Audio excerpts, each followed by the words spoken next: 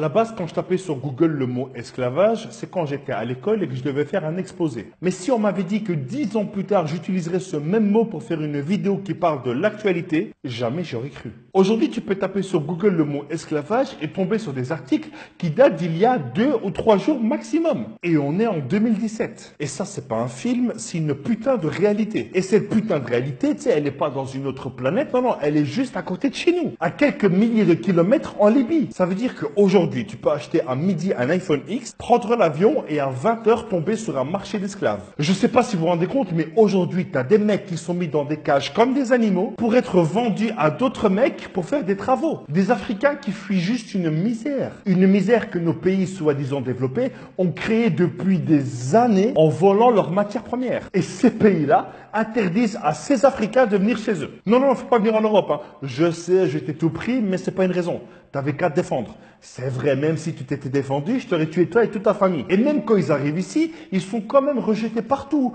traités comme des maladies. Et le pire, hein, c'est que l'Union européenne a quand même donné de l'argent à la Libye pour gérer les migrants. Pour que justement, ils n'arrivent pas en Italie et donc en Europe. Je sais pas si tu vois un peu le délire. C'est comme si tu donnais un poste de directeur maternel à Marc Dutroux. Et ce qui se passe là, hein, ça ne touche pas uniquement les Africains ou les Noirs. Non, ça concerne toute l'humanité. Et ça s'appelle un crime contre l'humanité. Et malgré ça, ils en ont juste mais rien à foutre. Mais quand il fallait mettre Kadhafi dehors, là on a envoyé des gens, là on a envoyé la démocratie. Et là pour des humains qui sont réduits à de l'esclavage, mais pour ça, on va faire un rapport hein, parce qu'il y a la Coupe du Monde et qu'on n'a pas le temps de faire plus. Ils sont où les dirigeants des pays africains, de l'Union africaine? Ils sont où ces footballeurs qui sont payés des millions d'euros et qui en ce moment ils ont une visibilité de malade vu que c'est la Coupe du Monde? Et il n'y en a pas un seul qui parle. Il y a quelques mois, tu as des mecs qui filmaient en rigolant des migrants en train de se noyer. Aujourd'hui, des migrants sont réduits à de l'esclavage. Non mais c'est quoi la suite? Qu'est-ce qu'on attend pour réagir? Qu'ils crèvent tous? Il faut attendre quoi comme bordel, comme scandale